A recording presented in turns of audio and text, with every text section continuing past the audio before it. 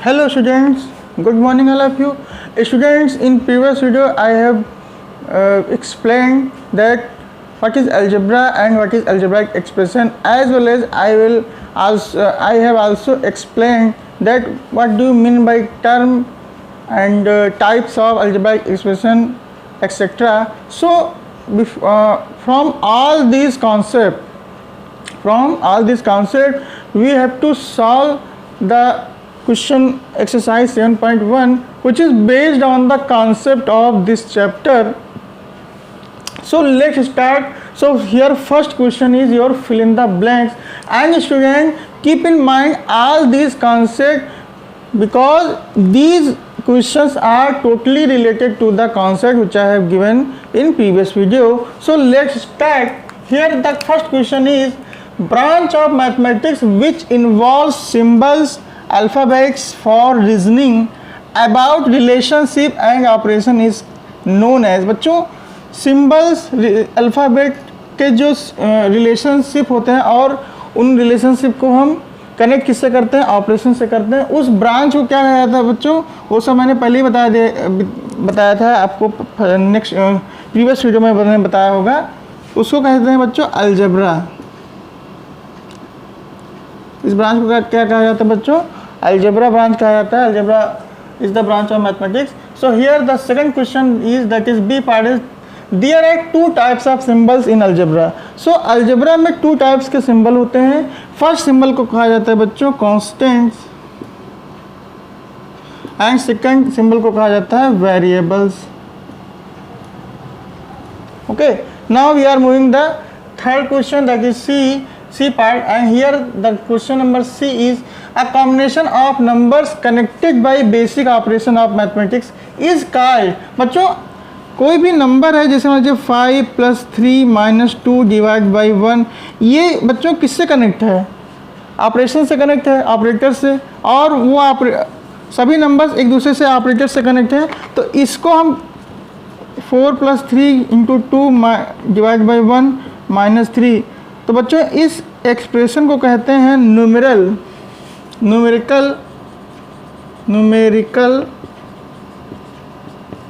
Expression. Okay, अब इसके बाद जो लास्ट क्वेश्चन है that is D part. So here the D part is an expression which involves both constant and variables connected by basic operation of mathematics is known as. तो बच्चों ऐसा expression जिसमें ऐसा कॉम्बिनेशन जिसमें constant भी हो, variable भी हो, और वो साथ ही साथ किससे कनेक्ट हो, बेसिक ऑपरेटर से, बेसिक फंडामेंटल ऑपरेटर से, like addition, subtraction, division and multiplication. So that expression is called algebraic expression. Okay, so student these are the fully based on your concept of this chapter. So student we are moving the next question, but before moving the next question pause the video to note it down in your copy or take a screenshot. Now student we are moving the next question, that is question number 2, and again question number 2 is based on your the concept of this chapter which I have given in previous video. So here the question is give 3 examples of algebraic term. So student you are all know about what is term.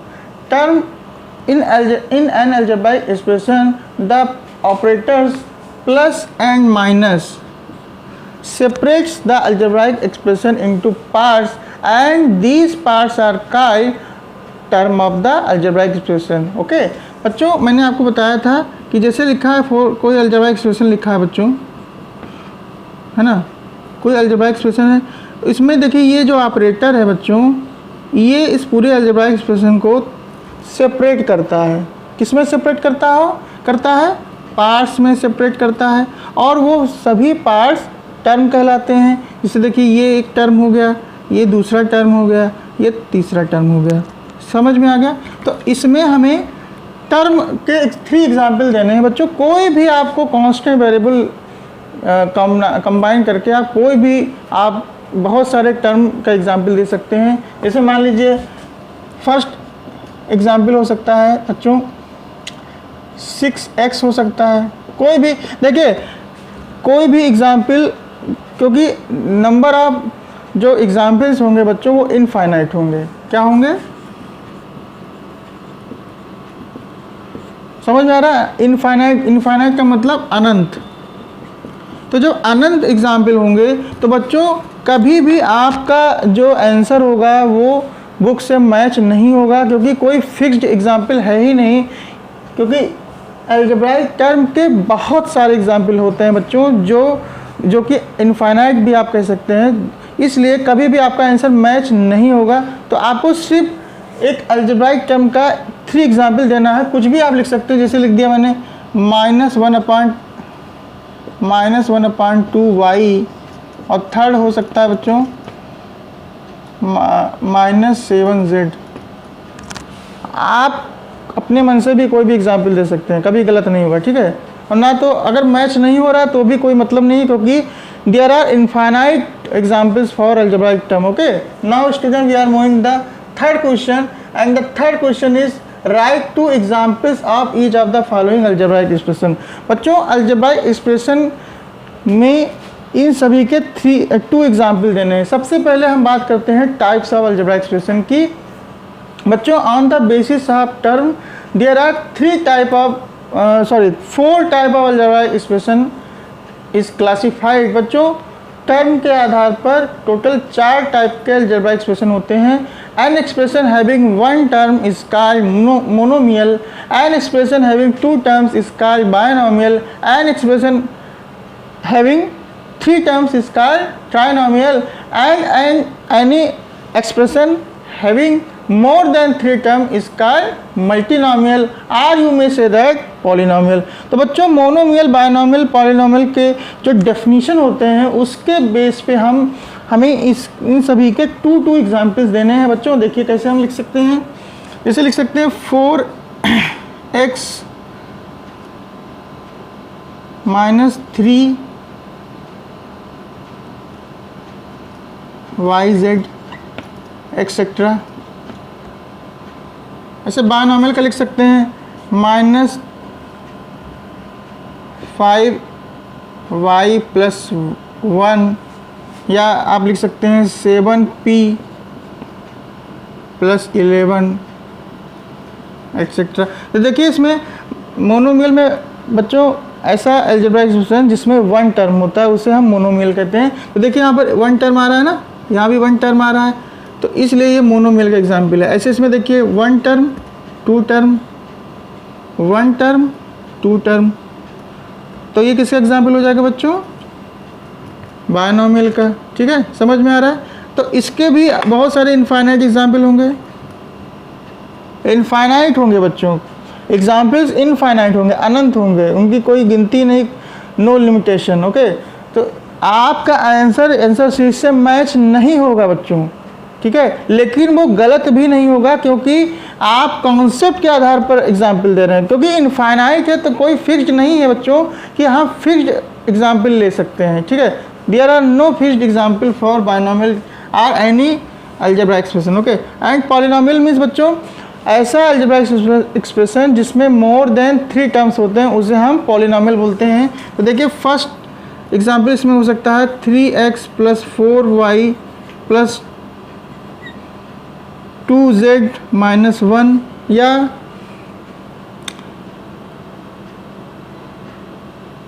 -7x² x³ + 3x²,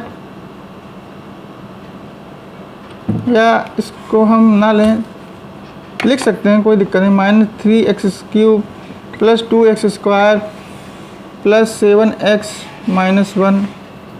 तो देखिए इसमें बच्चों 1 term 2 term 3 term और 4 term, तो यानी कि more than 3 term है, इसलिए ये किसका एग्जाम्पल हो जाएगा, पॉलिनोमियल का।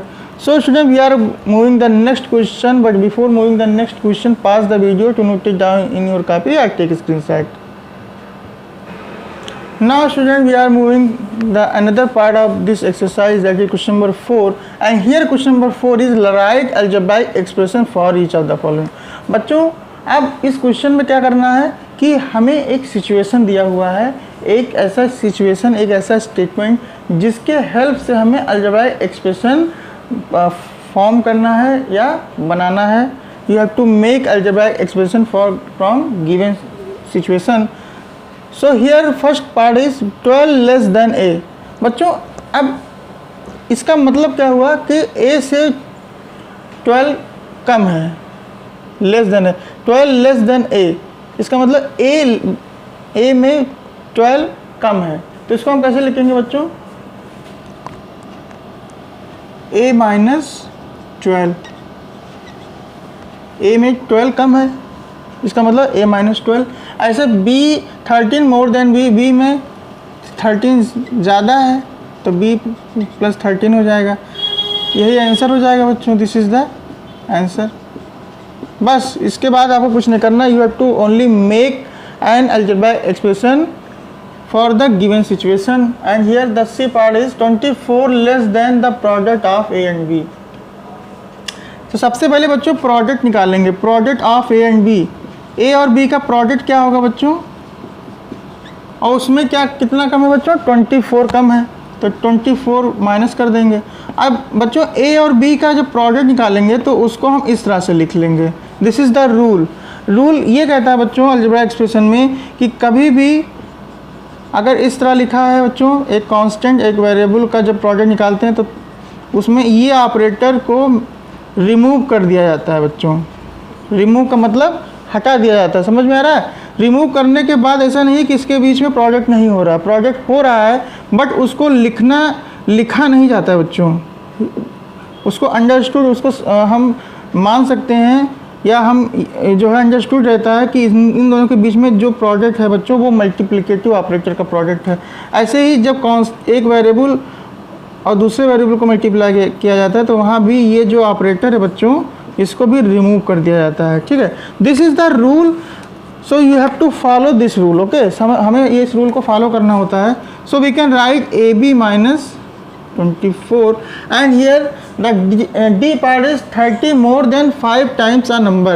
बच्चों अभी फर्स्ट एग्जाम्पल में आपने देखा एक वेरिएबल दिया हुआ था A, दूसरे एग्जाम्पल में भी दूसरा वेरिएबल दिया था B, थर्ड क्वेश्चन में भी 2 वेरिएबल दिए होते, लेकिन इस क्वेश्चन में कोई भी वेरिएबल नहीं दिख रहा है बच्चों। देखिए 30 मोर देन 5 टाइम्स आ नंबर लिखा है, तो यहाँ पर बच्चों वेरिएबल नहीं दिया है, तो ऐसे कंडीशन में हमें वेरिएबल को मानना पड़ेगा, समझ में आ रहा है ना। जब आपके क्वेश्चन में वेरिएबल नहीं दिया होता है so we have to assume from yourself, हमें खुद से आपको जो है वेरिएबल को मानना होता है। उसके बाद हम इसका अलजेब्राइक एक्सप्रेशन फॉर्म करेंगे, बनाएंगे।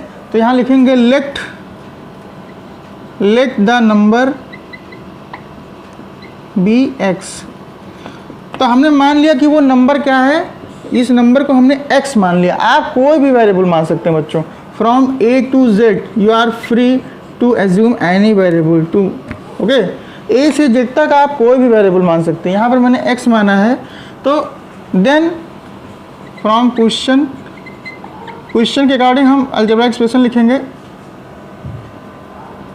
लिखा है 5 टाइम्स अ नंबर, तो 5 टाइम्स 5 गुना, हिंदी में क्या बोलेंगे बच्चों, 5 गुना। वो नंबर हमने क्या मान लिया, x मान लिया, और उसका 5 गुना करेंगे तो 5 इंटू एक्स करेंगे, समझ में आ रहा है ना, 5 इंटू एक्स, और उससे 30 मोर देन इस, यानी इस नंबर का जब 5 गुना करें और उससे 30 ज़्यादा हो जाए तो हम क्या लिखेंगे, +30। अभी मैंने बताया बच्चों कि 5 इंटू एक्स का मतलब 5x होता है, and this is the rule which we have to follow, we have to remove this multiplicative operator, okay. इस ऑपरेटर को रिमूव करने के बाद इस तरह से हम एक्सप्रेशन को लिखेंगे नेक्स्ट स्टेप में, +30 हो जाएगा, and this is the final answer. समझ में आ गया। And you have to solve E part by yourself and this is your homework, समझ में आ रहा है। इस ई पार्ट को आपको खुद से लगाना है, but before watching all the step very carefully. So student we are moving the next question, but before moving the next question pass the video to note it down in your copy, I take screenshot. Student in D part the answer has given 30 + 5x, है ना बच्चों। Answer में 30 + 5x आ रहा है और हमारे answer में क्या आया है, 5x + 30। बच्चों दोनों आंसर सही है, समझ में आ रहा है। क्यों सही है, देखिए इसका भी रीज़न है। मान लीजिए 4 + 7 आप लिखते हैं तो आंसर क्या आएगा, 11 आएगा। और 7 + 4 का भी तो आंसर 11 आएगा। समझ में आ रहा है? तो चाहे आप 30 पहले लिखें चाहे 30 बाद में लिखें, दोनों जो दोनों आंसर है वो दोनों सही होगा आपका, ठीक है। तो so no need for confusion, okay. So student, now student we are moving the question number 5 here. Question number 5 is write factors of the following terms. बच्चों फैक्टर्स के फॉर्म में हमें अलजेब्रिक एक्सप्रेशन को लिखना है। तो सबसे पहले आपको जानना होगा कि इसमें कौन कौन से फैक्टर होते हैं। देखिए सबसे पहले अगर मान लीजिए कोई हम एक्सप्रेशन लिखते हैं, अलजेब्रिक एक्सप्रेशन 5x² y, ठीक है। तो 5x² y में ये जो बच्चों होता है इसको बोलते हैं न्यूमेरल फैक्टर, या हम इसे कह सकते हैं न्यूमेरल कोएफिशिएंट, न्यूमेरल कोएफिशिएंट।